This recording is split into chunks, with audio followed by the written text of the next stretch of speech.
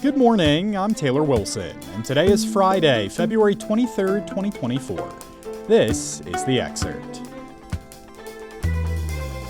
Today, Trump makes an appeal to Christians on the campaign trail, plus a look at the divisive debate over LGBTQ plus discussions in school, and how some boomers have fallen behind on retirement wealth. Former President Donald Trump called on Christians to support his presidential bid and pledged, if elected, to protect God in the public square and to appoint a task force to fight anti-Christian bias, including federal prosecutions. He made the comments last night at a presidential forum at the annual conference of the National Religious Broadcasters in Nashville. Trump made the stop in Tennessee despite a tight calendar of court appearances and campaigning ahead of tomorrow's South Carolina primary. Voters in Tennessee will cast ballots on Super Tuesday on March 5th. NRB President Troy Miller said the organization invited all eligible candidates from both parties to participate in the presidential forum, and that Trump was the only candidate who was available to attend. The NRB has not endorsed Trump's presidential bid. A police investigation is underway after 16-year-old Oklahoma high school student Nex Benedict died earlier this month after sustaining injuries on school grounds. Medical examiners are still working on their investigation into what killed the teenager, but police said this week that an autopsy determined Nex did not die as a result of trauma. News of the high schooler's death has brought national attention, in part because of the student's gender-expansive identity and claims of bullying that led up to the altercation. Nex's death comes amid a sharp divide on how students, teachers, and the general public feel about discussing gender identity and LGBTQ plus topics in the classroom. I spoke with USA Today education reporter Alia Wong to learn more. Hello, Alia. Hello. So, Alia, this new report from the Pew Research Center shows really a major divide over whether LGBTQ plus related discussions have a place in the classroom. What exactly did this report reveal? It revealed that by and large, teachers and teens and members of the general public support instruction about racism and racial inequality. This has been in the past a very divisive topic, but you still see pretty good consensus on the importance of teaching those topics and some consensus that even if parents disagree with that instruction, that they should not have the right to opt their kids out of it. It's quite different when it comes to instruction about LGBTQ plus issues, and roughly half of teachers say that they shouldn't happen in the classroom, that school is not a place to discuss those topics, and many support parents' right to opt out. And interestingly, you also see that teens, when it comes to LGBTQ plus issues, they're very mixed in whether they think they're an appropriate topic for the classroom. And a third actually said that they're uncomfortable discussing gender identity in class. That doesn't mean that they don't support those identities, but that they just don't feel comfortable discussing them in school. So that was noteworthy. One real takeaway from this is that while the public discourse often lumps together all these culture war issues, whether it's racism or sexual orientation or gender identity, there's a lot of nuances within those topics. And so when someone might support discussions of systemic racism, for example, that doesn't mean they're going to support discussions of trans inclusion, for example. Interesting findings, Alia. So what's the core argument from those who are against LGBTQ-related discussions in the classroom? They told me they feel there's too much emphasis placed on sexuality in schools, that there's almost this hyper focus on sexuality and gendered identity in classrooms, when schools, especially now, as they recover from learning loss, should really be focusing on subjects like math and reading. They pointed to the nuances too. They say, while it's one thing to discuss same-sex relationships, which come down to romantic attraction, but it's quite another to discuss that one's gender identity can be different from the biological sex assigned at birth. And so they say this is an extreme direction to go in, and they're not comfortable with it. And they say, particularly at the younger grades, and you see this reflected among teachers as well, that elementary level classrooms really are not an ideal or appropriate setting for these conversations to happen. And when it comes to LGBTQ plus advocates, what do they say about the harm a lack of inclusive classrooms can have on young people's mental health? And also, Leah, what do they really mean when talking about inclusive classrooms? Inclusive classrooms can look a variety of ways. They can entail curriculum that goes over the history and the contributions of queer people. They can involve training that helps teachers become better allies to students and helps them identify suicide risks, for example.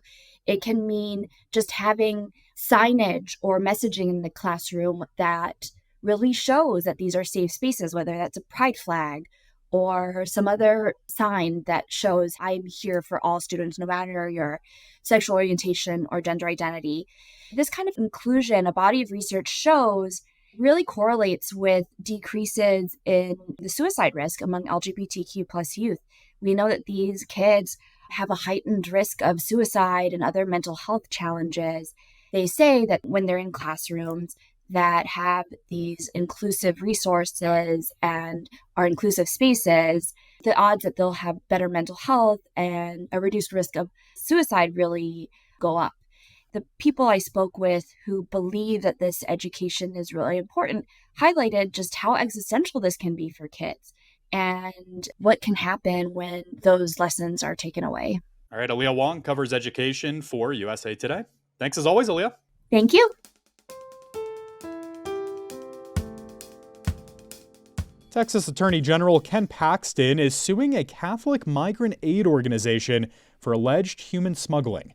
Ruben Garcia is the executive director of the nonprofit Annunciation House, and Garcia gets daily text messages from U.S. Border Patrol when they tell him how many migrants will be lawfully released and need a meal, shower, or place to sleep.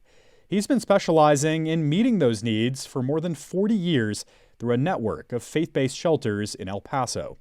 But in his lawsuit, Paxton claims that the Annunciation House appears to be engaged in the business of human smuggling, charges that its shelter network amounts to an illegal stash house, and is threatening to terminate the nonprofit's right to operate in Texas.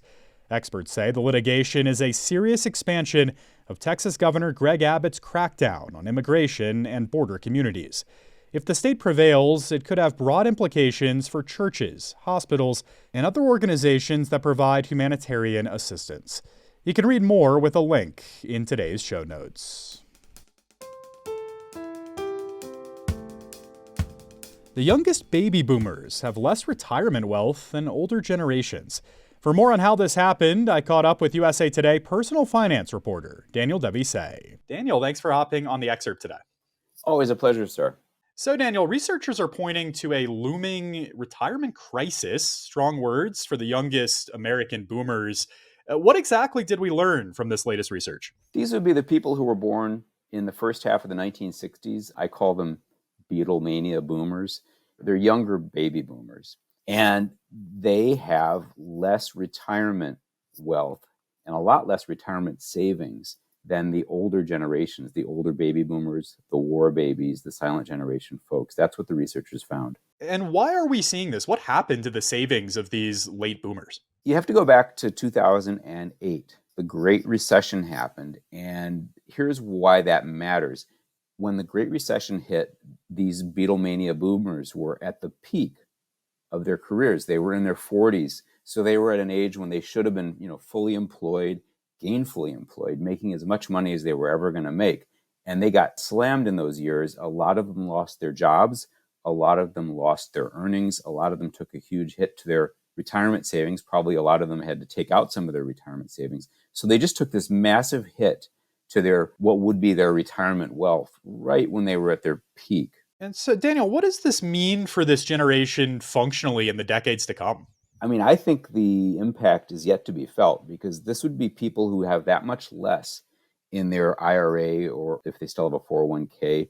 A lot of them retired, basically never went back to work. A lot of these folks, these late boomers, left their jobs maybe in 2010 or thereabouts and never went back to work. So they just have this deficit of retirement money, and that's going to become more and more of an issue in the years to come, basically.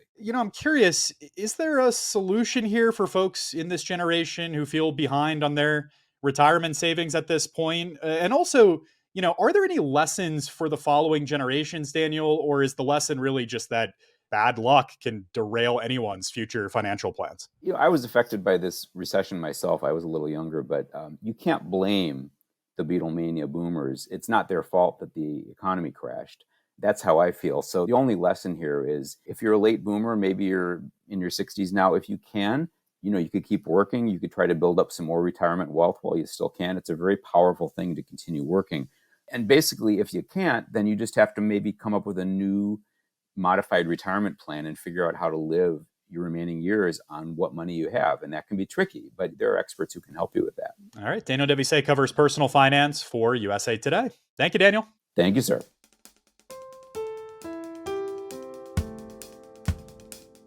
AT&T says it has restored service to all customers after tens of thousands were affected by a nationwide outage yesterday morning. At the disruption's peak between 8 and 9 a.m. Eastern Time, some 70,000 customers were reporting outages, according to Down Detector. The outages impacted essential public services, including people's ability to call emergency responders. That raised a question for many. What happens if I can't use my cell phone, especially in an emergency?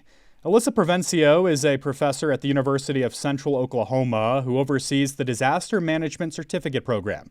Provencio said that communication issues in a disaster are the norm, not the exception, and that yesterday's challenges could be a learning experience for the future. Still, solutions are complicated. Yesterday, some local emergency service providers told people that if they needed to reach 911, they should try calling from a landline. And yet, phone companies are pushing to eliminate traditional landlines in parts of the country. You can read more about the debate around that and more with a link in today's show notes. Thanks for listening to The Excerpt. We're produced by Shannon Ray Green and Bradley Glansrock, and our executive producer is Laura Beatty. You can get the podcast wherever you get your audio, and if you're on a smart speaker, just ask for The Excerpt. I'm Taylor Wilson, back tomorrow with more of The Excerpt from USA Today.